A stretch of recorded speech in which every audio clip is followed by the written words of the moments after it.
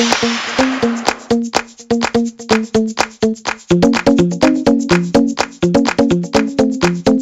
everybody. Welcome to La Lista, a LatinX writers podcast. I'm your host, Ruben Mendive, and today I have a whole brand new guest here for us. So I always ask my guests to introduce themselves, sort of your name, who you are, how you identify, whatever that means to you, just for the audience at home. Hi, everybody. My name is Susannah Rodriguez Drissi, and I am a Cuban writer, playwright, poet, producer, director, PhD in comparative literature, and faculty in writing programs at UCLA. Okay, cool. And I always start off by asking my guests, and sometimes it's a loaded question for Latinx folk. So where are you from? So this is very easy for me, and I've never had an issue with people asking me where I'm from, because I'm quite ready to to tell them and volunteer the information. I was born in Cuba, in a little town outside of Havana called Bauta. Grew up there mostly until I was about 9 years old, and then soon after the Mariel boat lift, we left to Costa Rica, and then we were there for about 3.5 years, and then came to the U.S. directly to California. Unlike many Cubans who go to Miami, we came to California. We had some family in Miami, but everyone on my dad's side was here. The family that we had in Miami was on my mom's side. We came here, and I guess when I say I'm Cuban, some people say, well, you're not really Cuban. You're Cuban American. You've been here for too long, right? Interesting. Yeah. And so just to sort of clarify, there's a category for me, and that's 1.5. I'm part of the 1.5 generation, which means that I was born in Cuba, but I came of age in the United States. So I think that more clearly explains my situation. And it's interesting how we have to quantify and qualify our identities. Right. Because I'm the same way. I was born in Mexico City. Okay. We moved here when I was like 4. I still consider myself an immigrant. I still feel of course. But but I'm also the American cousin to like my family in Mexico. Right. So things start shifting when you go back. Right. Yeah. And so I think you might be my first Cuban guest who maybe was actually born in Cuba. Okay. So tell me about life in Cuba, like what you remember it and what your family did, your parents, your grandparents, like what was their story? So life in Cuba, as I remember it through the eyes of a child, mostly sweet, I think, in terms of in terms of a childhood that was, filled with innocence and playing in the backyard and playing with friends and things like that. But even as a child, very much aware of the conflicts and tensions that and the do-withouts or the lack that we were experiencing in that particular time. So in terms of the family dynamic and all of that, very sweet. I was very much a loved child, but in terms, I think of the situation at that time in Cuba, very demanding. My mom was a librarian for a local library. My dad was teaching. He did a lot of things. He was teaching graphic design at a local school, and my grandmother, who is now living with us, she's 90 years old. She just turned 90 earlier this year. She was a stay-at-home seamstress. Very good, very literate. Very much in love with literature, very much in love with storytelling and things like that. So she was quite influential. But it was, it was a life that I think up until it became known that we were leaving the country, it was mostly peaceful. And then, once once people find out that you're leaving, then things turn a little sour. And we went through quite a bit in terms of what was called then mítines de repudio, which were government-sponsored rallies. People came to your house in buses and bicycles, and they grabbed chains and pipes and bottles and whatever they found along the way, on the way to your house. Jeez. And they were bused from work, they were bused from schools, to come to your house and insult you and destroy the house, and if you came out, destroy you in many ways. So we had so many of those. We've been told that in our neighborhood we were the family that had the most mítines de repudio. I think we had about 7. Oh wow. And that was dramatic. I mean, to this day, I'm very nervous in crowds, and any gathering group of people makes me really nervous, because I always feel like it takes so little for emotions to sort of run high, and then the tone of the conversation to shift, especially now. Yeah. And it's interesting that, your family sort of being singled out as wanting to leave, that the reaction of the community and the government would be like, let's make them more miserable. So then why wouldn't then your family be like, well they now shame you. They shame you. But it's like trying to get you to stay out of fear, but wouldn't everybody's reaction be like, well, now we have to leave? Right. So they make it so impossible for you. But at the same time, once they come to your house, what they're asking for is for you to leave. We don't want you here any longer. So they're rejecting. So they reject you. You're not leaving. Right. You're completely rejected at that moment. My dad is kicked out of work. My mom, he is then suddenly sent to cut sugarcane, all sorts of things. So, in Cuba, I think historically there have been 2 types of people, right? Those who choose to stay or have to stay, and those who choose or have to leave. So things are divided in that way, and especially in that time, we're talking early 80s, late 70s. I think it was it was hard. I mean, it's been hard all along, but this kind of public manifestation was extremely hard on the people. I mean, there were people whose houses, like, they would cut off the gas, they would cut off the light for people. They would barricade their homes, so many people committed suicide. Many people jumped from second-story windows out of desperation. They had been locked in their house, maybe for weeks at a time without gas, without electricity. They cut the water.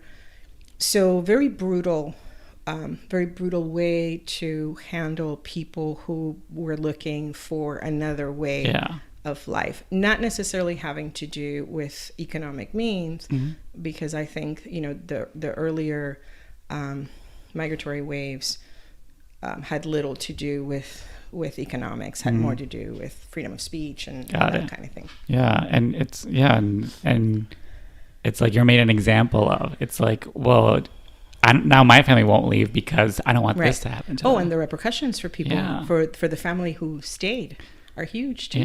They're punished too. Because Chris Garcia, the comedian, he just released a podcast called Scattered. Okay. And it's about his father's journey. His father died, and he's trying to go back into his father's history about because he had mental issues, and he was trying to see where it stemmed from. And his family had the very same experience. His dad had to go to a work camp, and so I'm curious about your parents feeling about Cuba now. How do they feel about? Have they been back? Do they want to go back? So my dad just came back. Okay. And I think for him, he explained it to me as he needed to close that that time in his life, to find some kind of closure. Going, I think he had all sorts of expectations in terms of, being able to take up relationships that were severed at the time. And he had been back with my mom and my younger siblings before this time, but this was sort of, he was going by himself, He came back, he said very depressed.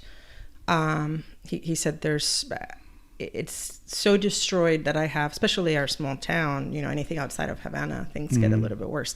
But he said things are so destroyed. People have changed in so many ways. And there have been so many irreversible shifts, you know, that, you know, Cuba is unrecognizable to him, basically. And so it was painful. Like he was hoping to meet a friend.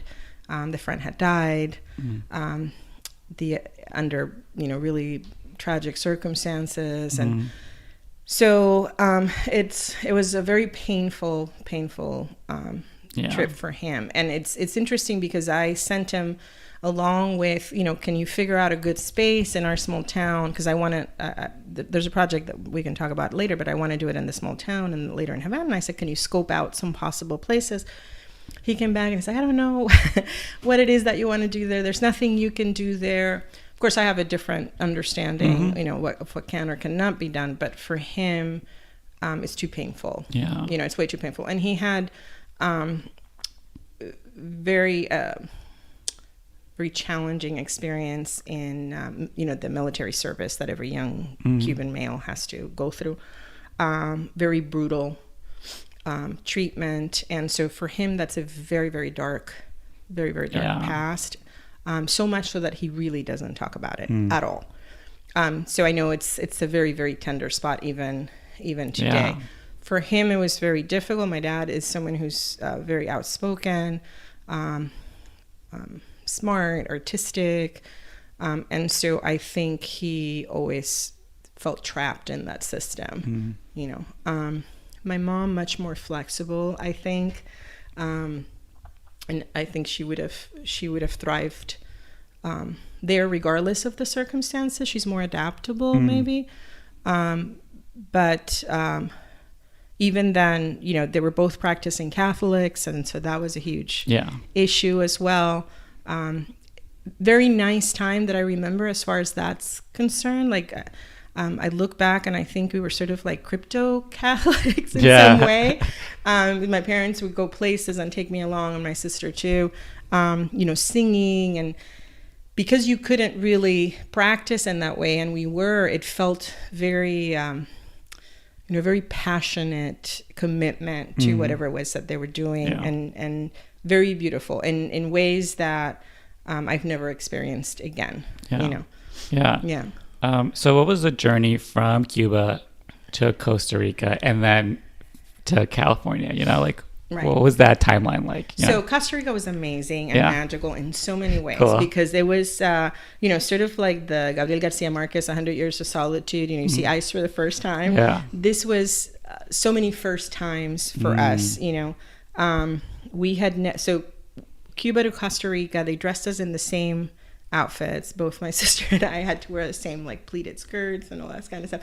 And I remember from the trip back, I think we took Iberia.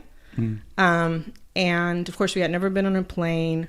I don't think I had ever had shrimp before. Okay. And so on the plane itself, like, they gave us this little shrimp with mayonnaise, I think. Okay. Which tasted so entirely different to anything I had tasted before. And so in many ways, you know, textures and tastes and smells and any kind of visual, we were deprived of so many things, you know. So I remember the smell of certain plastics, or the smell of a book opening at, for example, this beautiful library downtown in San Jose called La Universal, which I don't know if it's still there. But I remember the smell of these new books, or the smell of a doll that I was given, that plastic, the rubber. Yeah.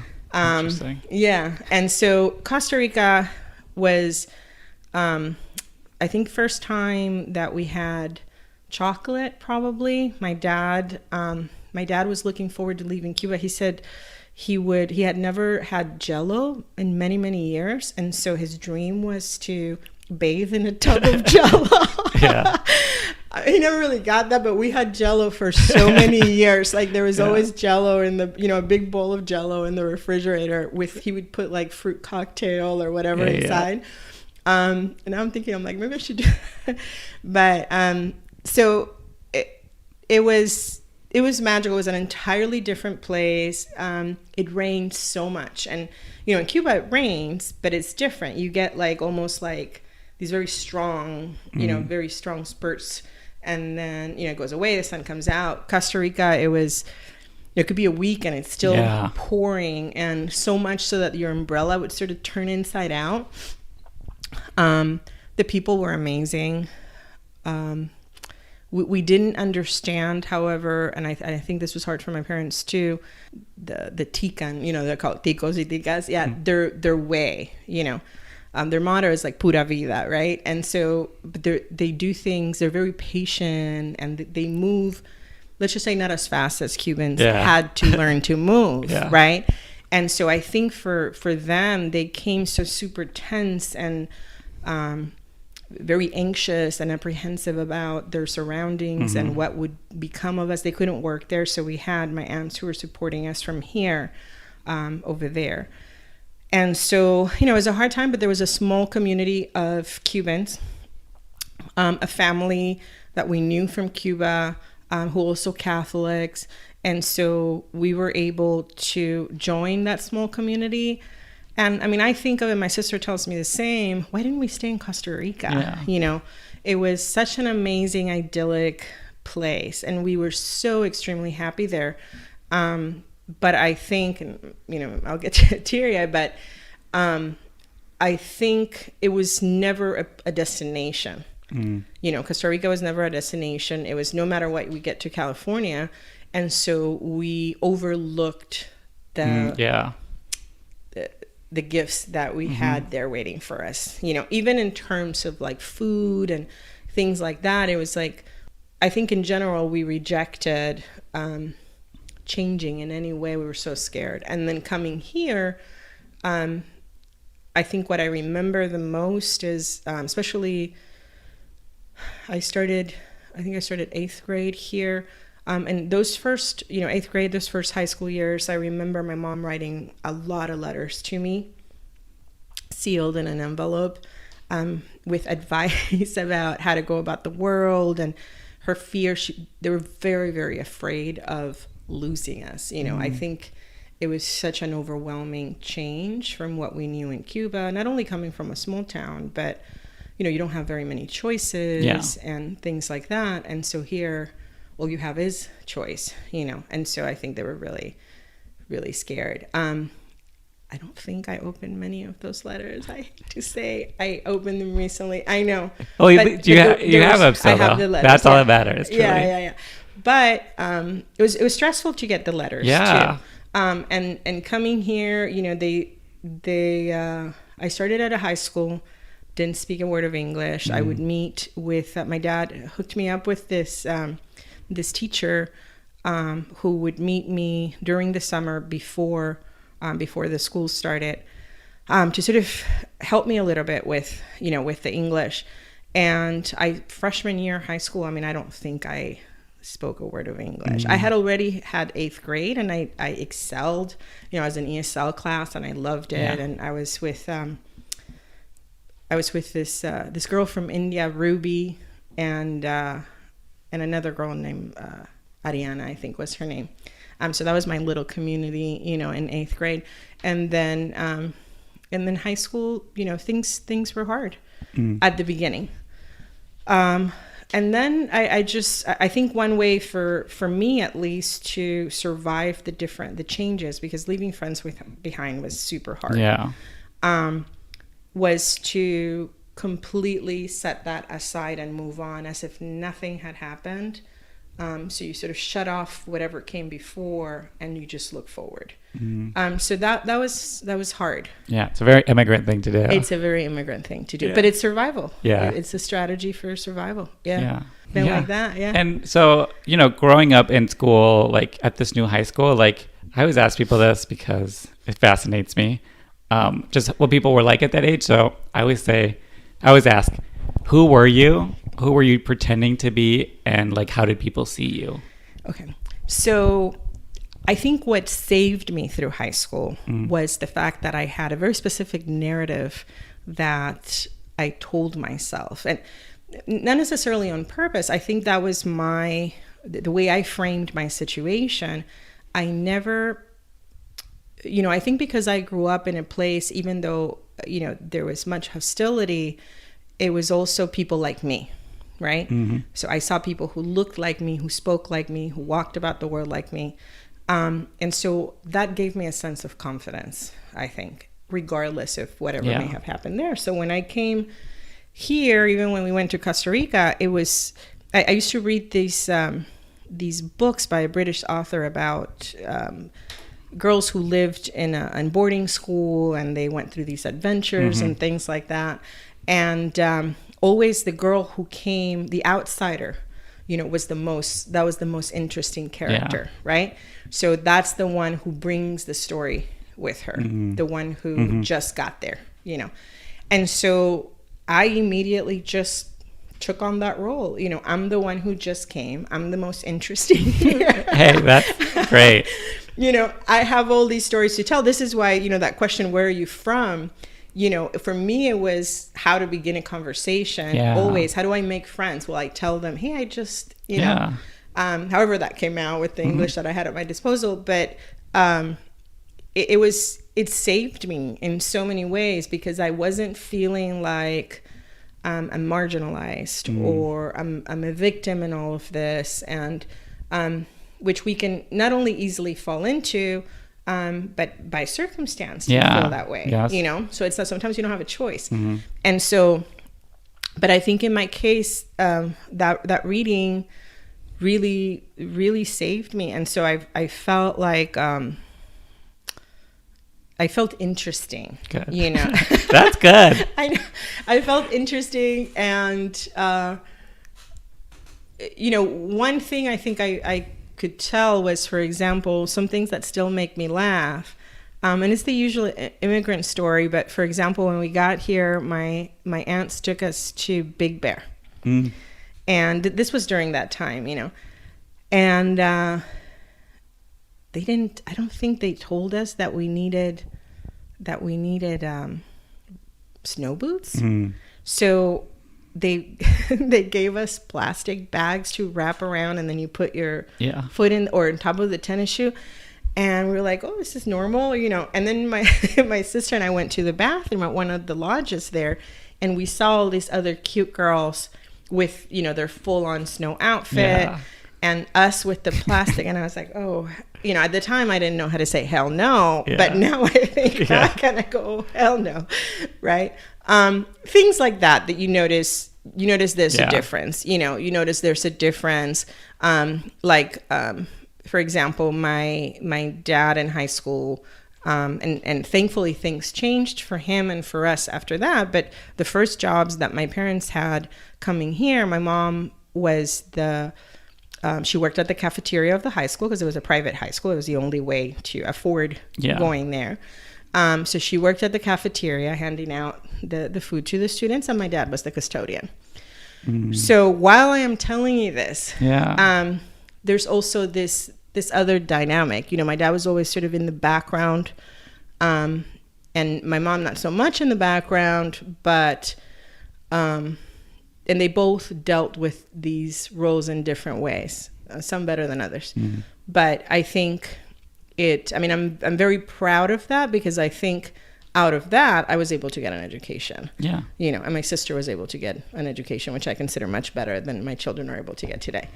In terms of, the teachers that I had and their commitment and all that kind of stuff. So, yes, I was inventing, this whole narrative for myself. I'm the exotic one. I'm interesting. Ask me where I'm from, and I'll tell you right away. But at the same time, there's real struggle happening. We were not part of that wave of Cubans who came in the very early 60s after the revolution. And so our economic situation in Cuba was much more different.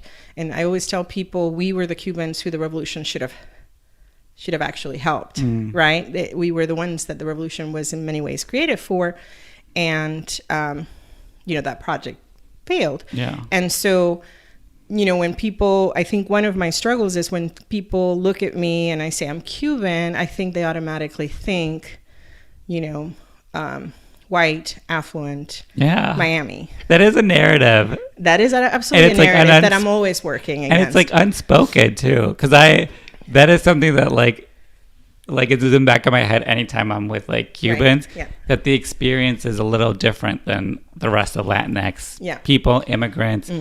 And then it's not for everybody. It's not for everybody because, you know, those who came early on, and I think they did quite well for themselves.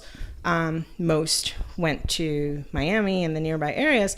But, you know, those people also came with an education and in many ways a network. Yes, it was traumatic, and they left, you know, they left their possessions behind, and they left family and friends behind. And that's always traumatic, and no one deserves that.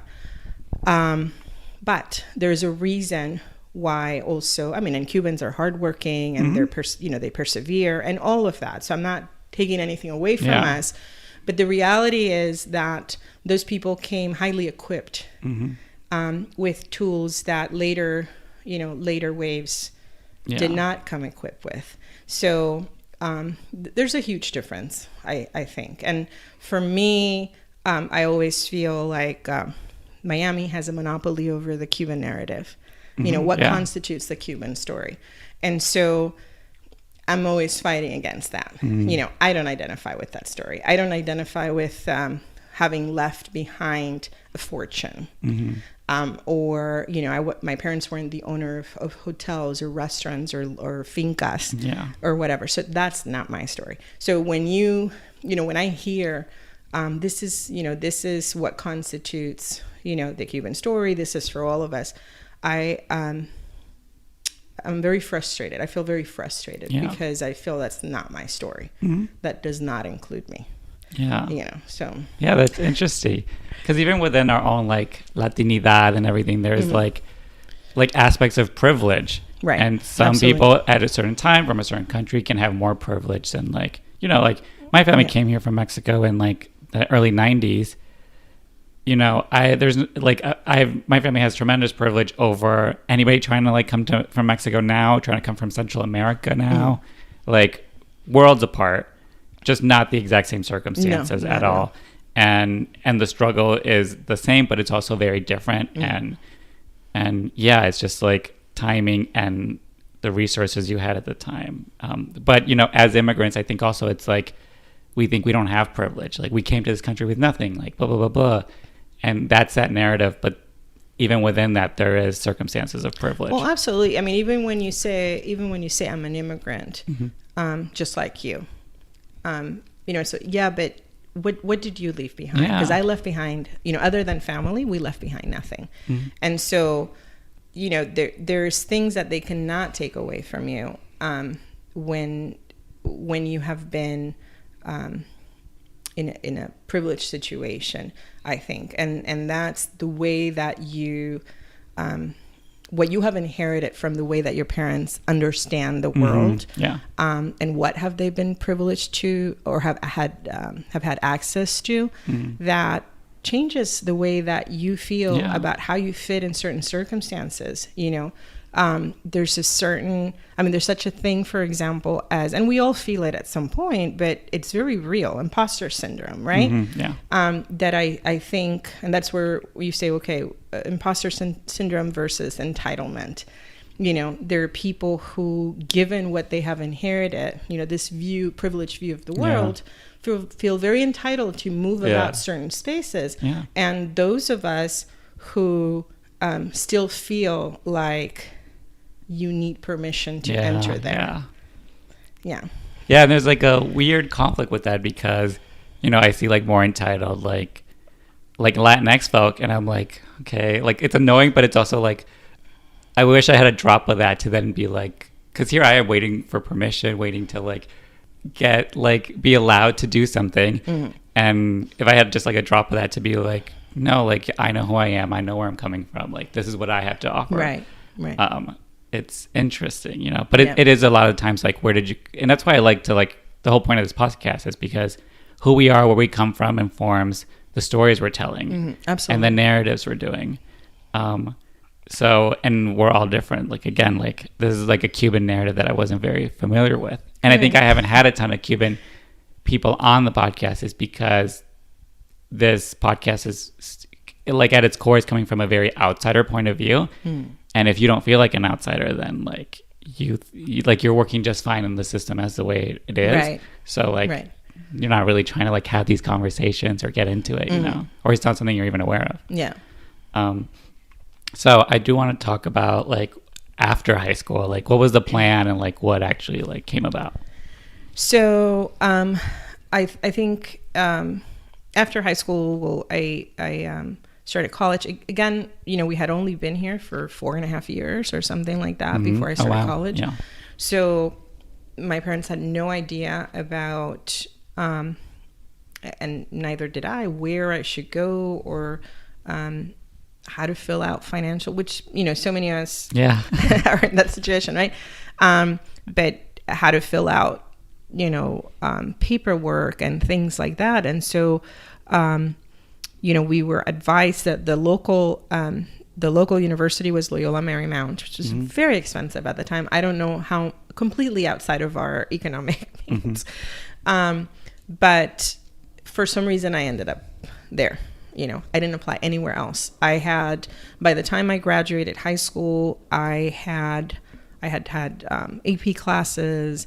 I was nominated for valedictorian. I didn't end up getting it, but things had shifted quite quickly. You know, I was able to acclimate and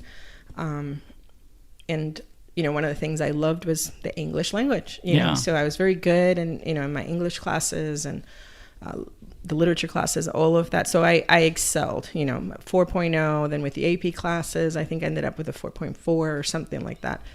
At the time, I think that was pretty good. Today, you have kids with 4.8. Listen, I was never close to any of that, so I'm still impressed. Yeah, so, you know, but at the time, that was pretty good. And so, and especially for someone like me, who I felt like, you know, started a little bit behind already. And so, I think I could have gone anywhere at the time, but we didn't know. Yeah. And so I ended up at LMU with taking fine arts classes because at the time I loved literature for sure, in particular poetry, and I loved, for example, I loved Mr. Baldetti, who was our AP literature teacher, who would cry with Dante and Shakespeare and that kind of thing. So I really enjoyed all of that, but I was very artistic, you know, so always drawing or painting, things like that. And so loved to do things with my hands and build. And so I thought that was going to be like, plus my dad in Cuba was teaching diseño gráfico or graphic design. And so I thought I'm going to do what my dad did, right? And so didn't question it very much. I was taking all these like life drawing classes and that I very much enjoyed. And but we ran out of money, you know, in 2 years. I think that second year money didn't come in on time and we just didn't know how to fill anything out. Yeah. And so, you know, I took a leave of absence and never went back. And so I started working for a little bit. Then, you know, I'm a very, I think, non-traditional student in that sense. Worked for a while. I worked for the Mexican American Opportunity Foundation, who I think was at the time in Pico Rivera, maybe, near the Citadel. I don't know if you've ever been there. Yeah. I know where that is. Yeah. And loved it. Had a great experience there. Felt that there was definitely a community there. Lots of drama, you know, but a lot of fun. Met great people, and always reading, always writing. You know, very fruitful in that sense. My first publication came out of, you know, relationships that I had there when I was 20, and then eventually went back to Santa Monica College, started taking classes there. Then we, another great detour, my sister and I did a backpacking trip through Europe, several months. And so, you know, again, put school on hold, but I think this was an amazing education. Yeah, absolutely. You know, and so I don't regret absolutely any of my choices, I think every little step that you take makes you who you are, and I'm pretty much satisfied with that at the moment. And so did that. Eventually, I finished at Santa Monica, went to Cal State Long Beach. I majored in comparative literature with a minor in creative writing. And then the comparative literature, because you can, combine certain disciplines. And I did Francophone literature and Latin American literature, and then the creative writing. And then I ended up also doing a master's there. Wanted to do it in comparative literature. They didn't have a master's in that, so I was able to, they had an interdisciplinary master's that I could shape myself, and I liked that idea. Yeah. And so I just kind of put in a bucket all the things I was interested in, and that's what my master's is in, interdisciplinary studies. But it's basically your traditional comparative literature MA, which combines, a couple of languages and that kind of thing. So again, French and Spanish were the thing. Yeah. Then I applied to the PhD. So then I applied to MFAs at the time. I had met my husband while I was backpacking through Europe. We met in Paris. And so romantic. So by the time I came back, that whole thing had already transpired. And so I went to Cal State Long Beach. I worked for a while. I worked before that as a toy designer at Mattel. Interesting. Computer illustration, in Barbie Mainline. A dream come true, and I'm highlighting this because as someone who came from Cuba, very little to no toys. Once in a while, Soviet toys that fell apart the second you touched them. Working at Mattel was a dream. I mean, even in your very, very early 20s, being surrounded by toys, I was like, I've come of age. This is amazing, And so it was a super nice time. I was supposed to, my dream had been to move to Paris, especially after I met who later became my husband. But then because I got that job at Mattel, which paid extremely well, then we decided that it was better for him to come here. So I missed my opportunity in Paris. But so then after that, went to Cal State Long Beach, did that, applied for MFAs in creative writing. And, I think I got into like Arizona State or something like that, which they had a really good, and they really wanted me. I got into a couple places. I still have the letters. And, one of the things was I have to move there. Yeah. And so my husband had just gotten a job here and all of that. So it was like I would have to leave without him. And, when you first get married, you think you can't be separated.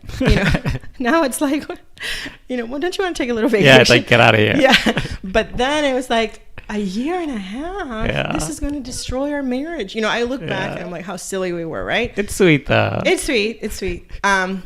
So, I turned that down and instead applied for a PhD. It ended up getting into, which really where I wanted to go, the comparative literature PhD at UCLA. Spent a long time there. And so that took about 5.5, 6 years. And so that started in 2005. I've been teaching there ever since, pretty much. Yeah. Yeah. And it's that part has been hard. Managing the creative with the academic has been a challenge, I think. Yeah. I want to ask, where did the writing come in for you? Like, how did you even know that this is something you wanted to get a degree in, something you wanted to pursue? Because, that's a lot of school. That's a lot of money. So, how is that? Where did it start that this is a path you sort of wanted to, continue? So I think one of the things was always that I was always very aware of, I was very good with drawing, but I think maybe had I developed that much more, I would have gotten to a point where I was generating ideas for my artwork.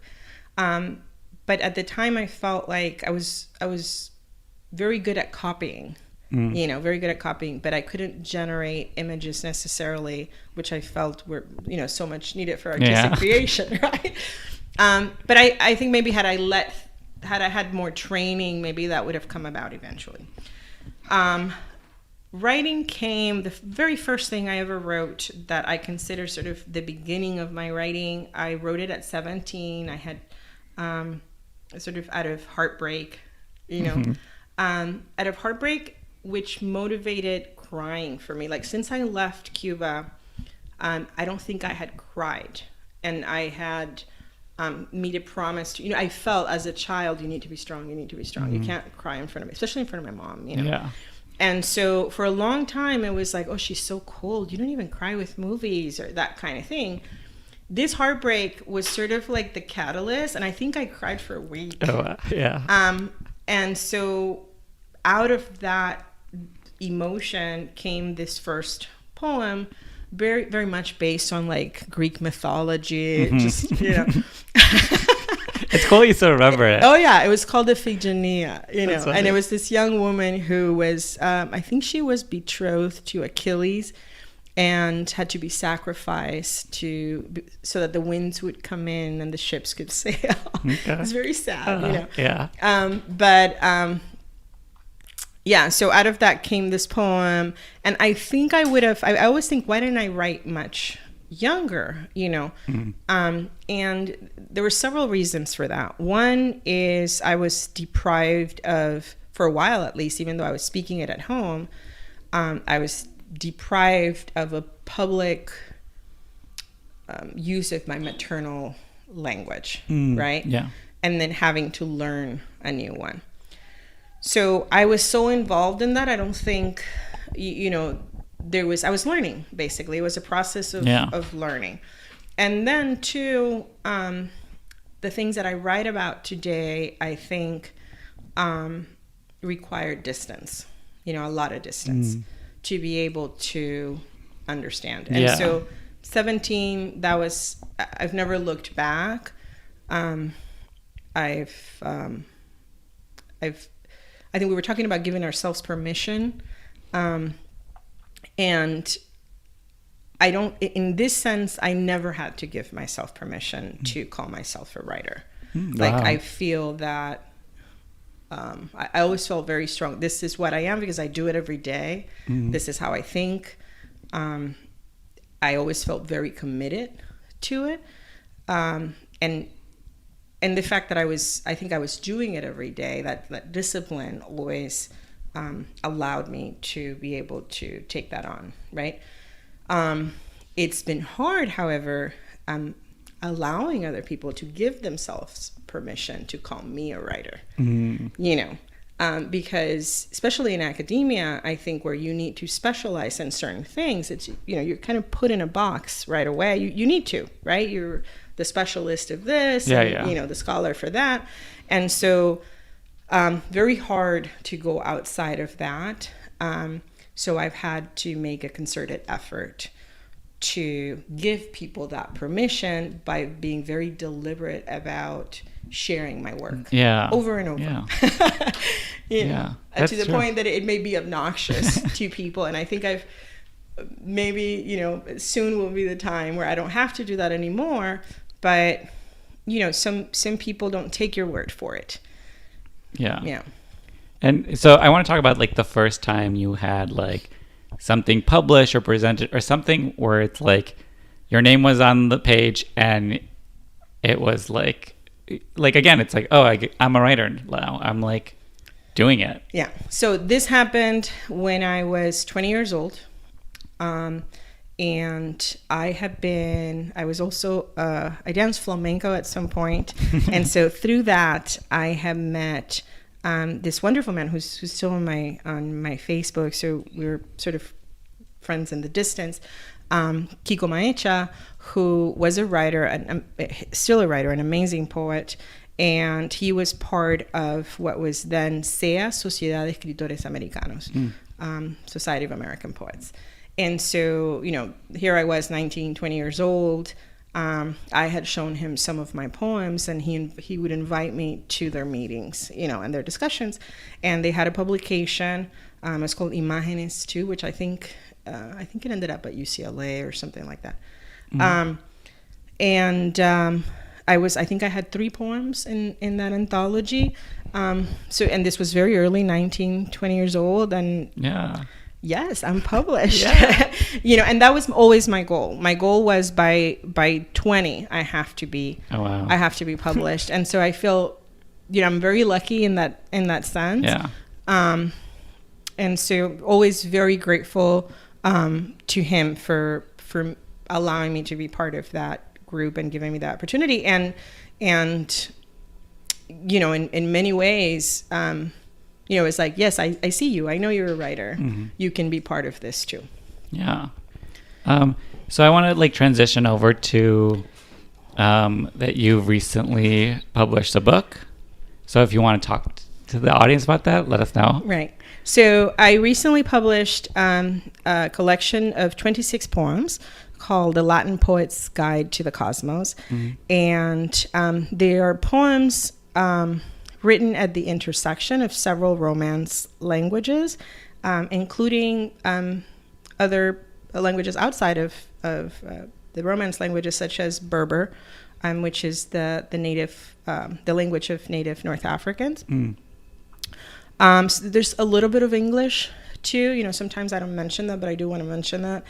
And it's an interesting collection. On Amazon, it's under, or it says it's the Italian edition, right? It's not written in Italian. It often sounds like Italian. If you don't know Spanish, it sounds like it could be Spanish. And so it's an interesting collection. It's I think it came out of circumstances that required a new expression. Mm. And so I've been on book tour since May. I just had my last reading at UCLA last week on the 20th. And it's always interesting to see people's reactions. I've done it accompanied by music, usually a guitarist and a percussionist. Mm-hmm. And so it's a very oral experience.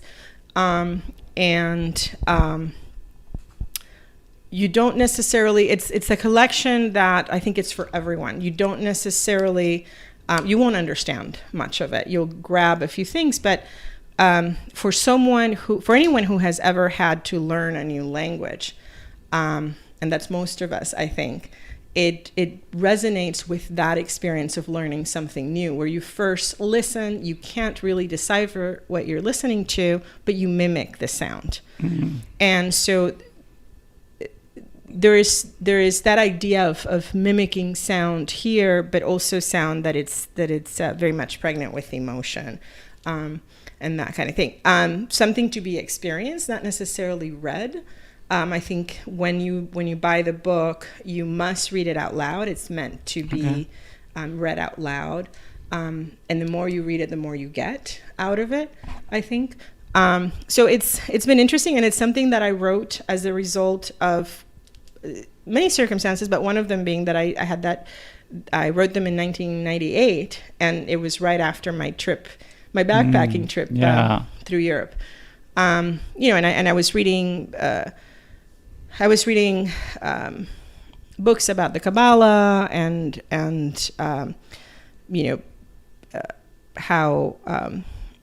how this sort of nonsensical, unreasonable language may be used to reach sort of the divine, and so that influenced part of it. Yeah.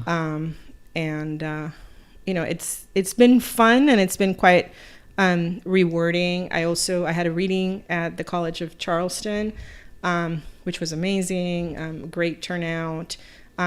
And I was able to collaborate with musicians there, a professor from musicology and his student who's in a jazz orchestra, very talented both, the student with a bass and the professor with various Afro-Cuban instruments. So it was amazing, and the collaboration, I think it's the most rewarding for me. I've had two friends and colleagues who come and read the poems with me. Magdalena Edwards, who's an amazing translator of the Brazilian Clarice Lispector, and Simona Levescu, a scholar from UCLA.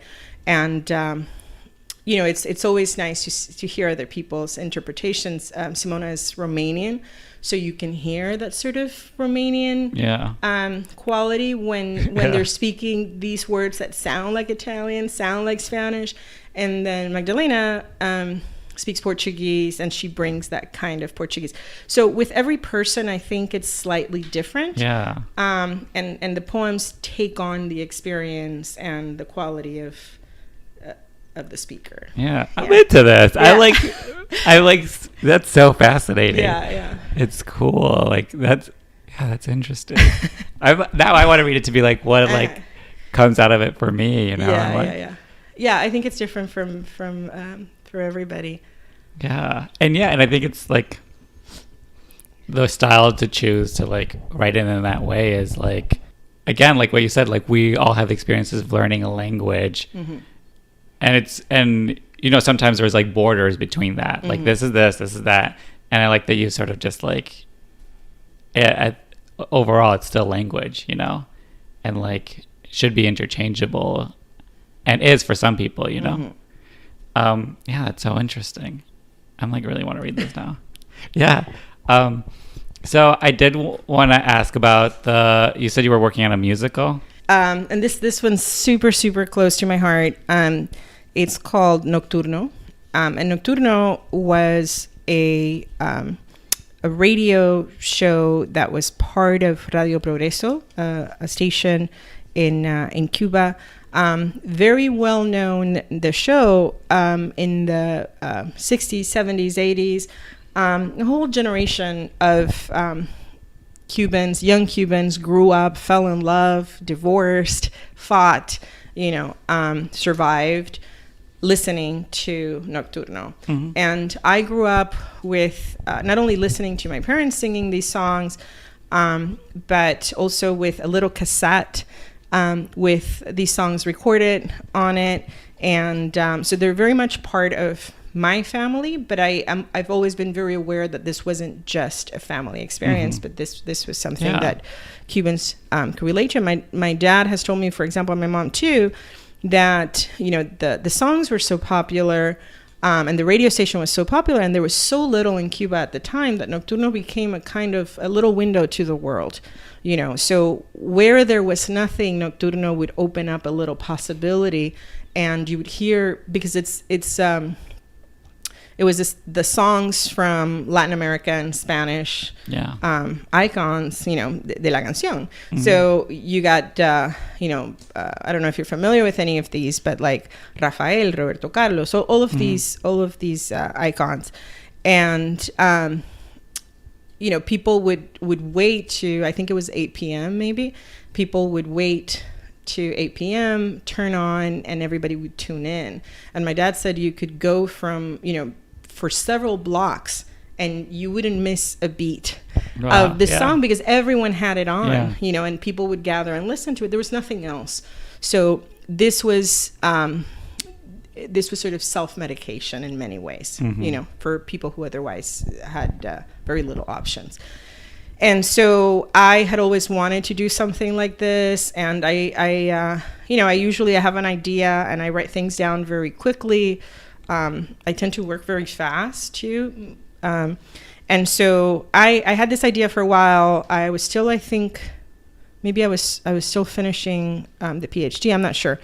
And then, one day there was a long weekend. It was a 3-day weekend. And I'm like, this is a 3-day weekend. I'm writing the musical. Yeah. And I have to tell you, I mean, sure, it was the first draft. Yeah. But yes, I wrote it in a weekend, And so it tells the story of, very much based on my parents' story, they were neighbors, basically like door-to-door neighbors, and they grew up that way. And so this young woman and young man and their friends, mm-hmm. Who are trying to survive their adolescence. So it's very sweet, but there's also, the background of the revolution that is pulling these young people apart in various ways. Mm-hmm. Like the young woman ends up leaving the country. The young man Miguel ends up having to go to military service, then later is taken to Angola. And the songs are unbelievable. They're beautiful. Everyone should listen to them. So the musical. It's a jukebox musical, basically. And I like to call it the Mamma Mia of the Spanish speaking world. But so much better. Yeah. And so I think it something that will do really well in Latin America, but also here. Definitely has a niche in the Cuban American community. And we did a reading that was directed by this amazing Cuban American, this young woman, Victoria Collado, and she was the assistant director for John Leguizamo's Latin History for Morons. And she was able to pull something together at the University of Little Theater at the University of Miami in a couple weeks. And the actors were unbelievable, super, super talented. It was a sold out, for a reading. That's amazing, right? Yeah. A sold out reading, people crying, singing to the songs. It was unbelievable. I mean, I was crying the entire time because, I felt like saying, like, I knew it. This was going to be something, And so now we're hoping to take it to Cuba. I definitely want to do a reading like that, live reading and singing in my small town. Yeah. And then also in Havana, because it's Havana and you have to. Yeah. But really, I want to do it in my small town. Havana's like the secondary thing. And then a documentary, hopefully, that I'll direct that chronicles, what it was like to do something like that in Cuba. And so, really looking forward to that. That should take place at the end of June 2020. And, things are challenging in Cuba. Permits and where you can do this and where you can do that. The musical itself talks about a lot of things that that I think may not be welcome, but who knows? Yeah, truly. Who the hell knows? So we have to work around that, and I'm flexible, but I think it would be amazing to hear Cubans singing that, and a huge gift for me and for them. And so, I mean, I don't know where they'll have to put me on a stretcher or something, because I'll be crying so much when I see this, but I'm looking forward to that. And then I have a novel that I wrote called Until We're Fish that starts in 1959 and goes all the way to 1995. And again, chronicles the life of these two people, Elio and Maria, who live in the same neighborhood. I'm very fond of that neighborhood. Yeah. And so, that novel has been finalist for a couple of things, like the Tuscarora Historical Fiction Award and something else. And I have received recently, which I'm very excited about, a few offers for publication. I'm still trying to decide, but it looks like as long as I make a decision who I'm going with, it should come out in 2021, which seems like a long time from now, at least for me. I'm very impatient. Yeah. But it's worthwhile to wait and go through that process. So I'm really excited about that. And that's a story that I feel it's a story that I wanted to read, and that I haven't read. A story that I would have identified with early on. So much of Cuban films and Cuban literature outside and inside the island takes place in Havana, and Havana is this privileged space. And so, again, the same thing with the Miami story, sort of Havana has that monopoly. And so, not everybody comes from Havana. Yeah. Yeah. So. Yeah. And so I do want to ask, I ask a lot of writers this, is like, are there themes that you see in all your writings? Is there a story that you're constantly just retelling? Like, what's the through line if you had to pick one through your writing? So I think, and I'm sure you've heard this from other people. I think I'm writing the same book over and over in different ways. Yeah. It's this, especially because I see, I write in different genres. So I feel like, I'm also a playwright. And so, it depends. It depends. I guess the form, but the content is motivated by the same. I don't know if necessarily it's the same exact theme, but the motivation for telling the story is always the same. And so for me, it's how did things come about? You know, where there's that moment in your life where you feel, if I had turned right instead of left, what would have happened? Yeah. Right? And maybe nothing would have happened. Maybe or things would have been just exactly the same. But we have this this sort of preconceived notion that things would have been different. And so I feel like I always have to trace this. My stories seem to all trace the steps, you know, to identify where it all began, you know, where did this all come from? And so there's always the question of, where did that conflict come from? Where did this tension begin? You know, where did it all go wrong, or where did it all start going well? You know, but it's always this search for the origin of this particular problem. You know, where did it start?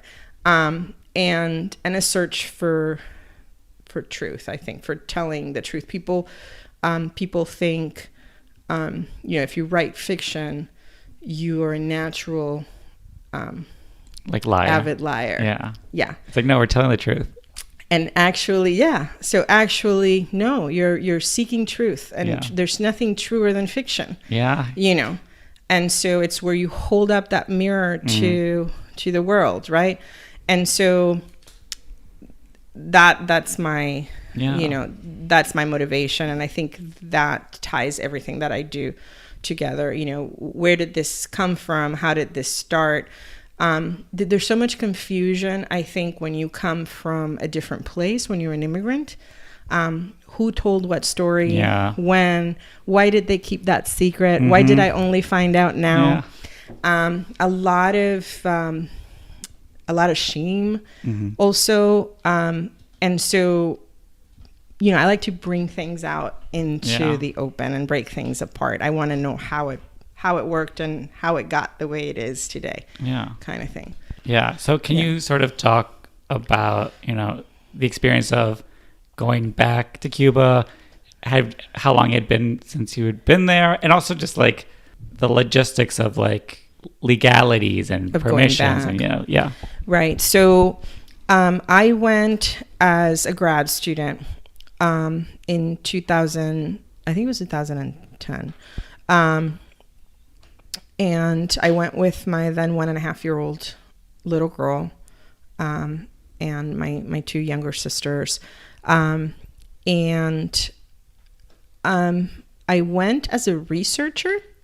So I went with a letter from UCLA that said I was going to conduct research at the National Library, and which was true, you know, but obviously it was a little bit more complicated than that because I hadn't been back in 25 years. It was bittersweet in many ways. You know, Cubans have to go through a process. Our passport's not valid.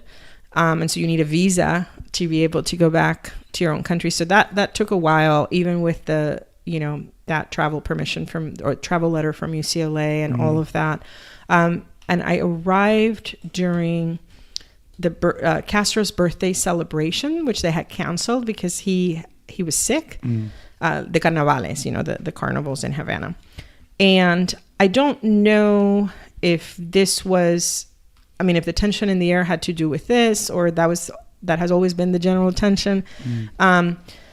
But, you know, when I got there, they pulled me aside. You know, the baby was crying, and crying was like 2 a.m. All sorts of questions, you know, interrogations for hours at a time. Then we got through that. I went and stayed with family who I hadn't seen for years. You know, it was very sad. There was the aunt who, on whom I have partially based one of the main characters for the novel, Mi Tía María, and she had passed away. So it was sad. You know, she was one of my favorite people, you know, and so she wasn't there anymore. It was strange. It was strange going to my grandma's house where I grew up, my other grandma's house. They had one of the houses they had split in two. And so now it's like divided through the middle. I eventually ended up writing a play that premiered last summer called Houses Without Walls, based on that, on these two neighbors whose house have been separated by a wall and then now they communicate. But it was based on that experience. And it felt, one of the things that I remember most vividly going to Cuba at that time was feeling like I didn't fit in the spaces that I remembered fitting in.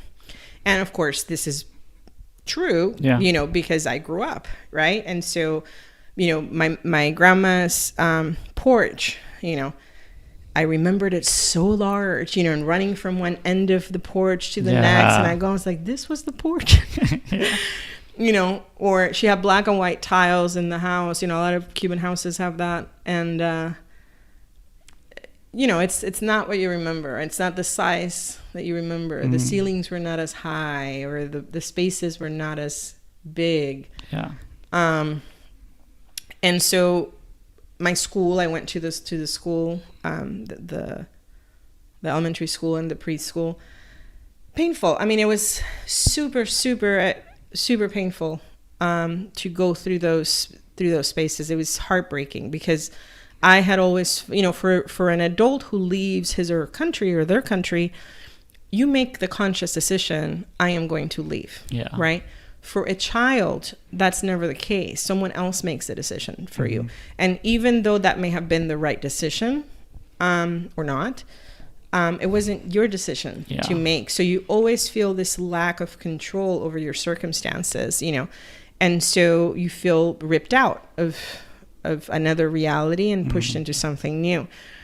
And so I felt like, how do you reconstruct that past? You want to sort of squint and remember every detail, sort of like that language in the poetry, you want to recognize certain things, and some things are recognizable. Some things are so changed that, you don't even know they exist any longer. So it was very painful. It was also, super sweet. My uncle was there on my mom's side, and his wife, and my cousins. And so, my grandma was still there. So in that sense, wonderful. I'm so happy that my very young daughter got to experience that. And we're planning on, going back, like I said, this summer, but probably as a family as well. Yeah. But it was hard. And do you know, the differences, because, the Obama administration, had opened up travel, had opened up the travel restrictions. And now I don't even know what the update is with the Trump administration. Have you even begun to get into the details of that? I have not gotten into the details. I will need to. Yeah. I will need to as I prepare. And I think they will fill me in rather quickly when I go to Agencia Via Cuba to start the process. I think for me, it may not necessarily changed or have changed, but maybe for my husband and my kids, it may have. I need to do a little bit more investigation.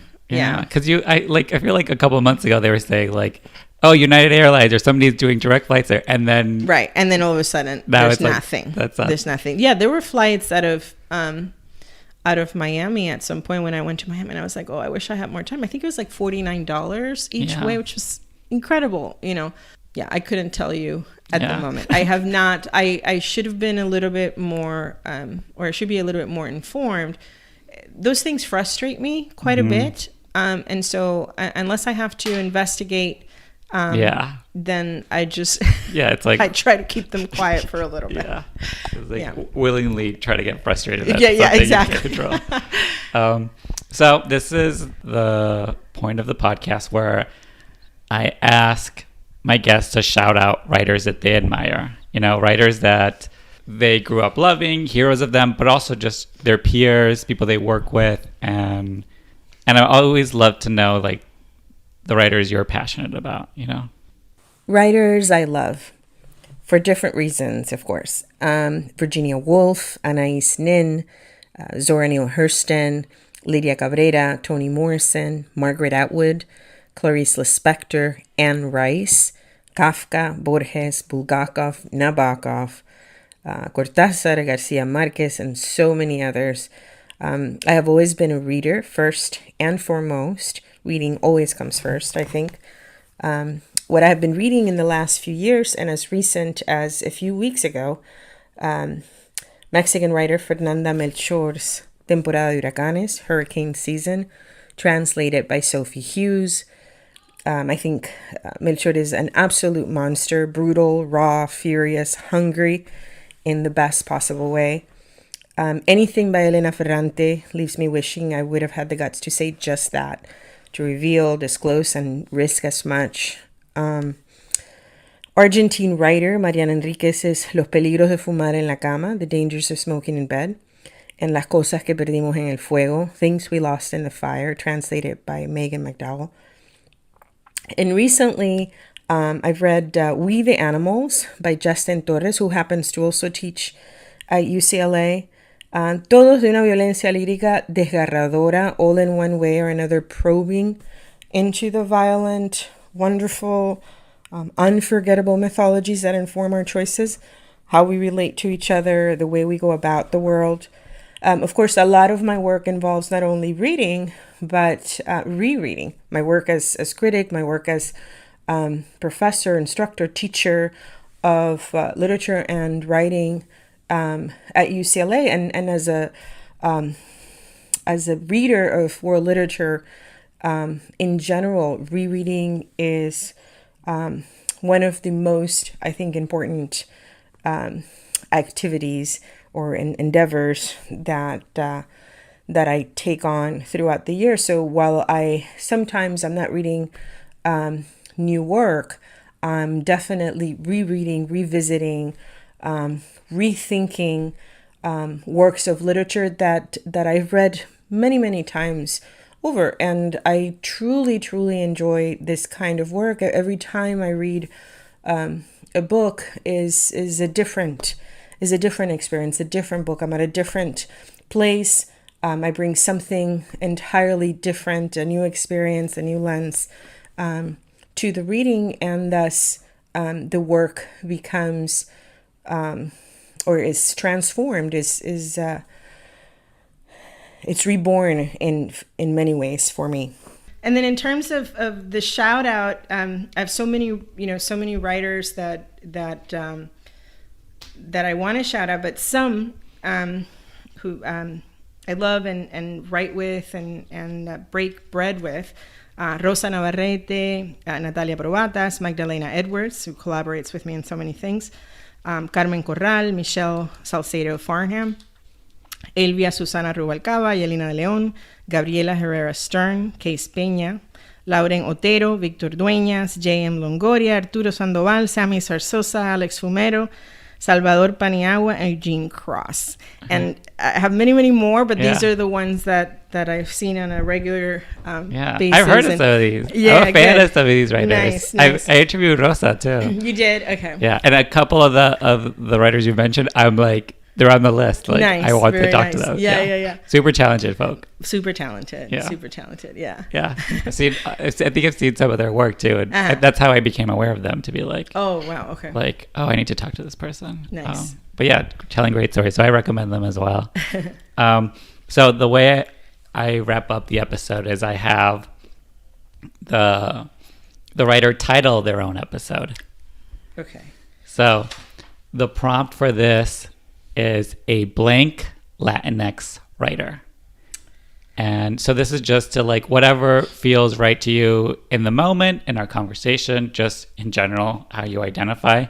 But this is just for the folks at home. So when they see your episode title and the title card, they'll see it and they're like, oh, that's like me. Like, let me listen to this because there's someone else that's doing sort of the same thing. And I feel so alone in this writing process that they can find community with you. Right. So I have to say a hybrid shape-shifting Latinx writer. Yeah. Since I work on different genres, and I feel like I'm always moving and changing hats.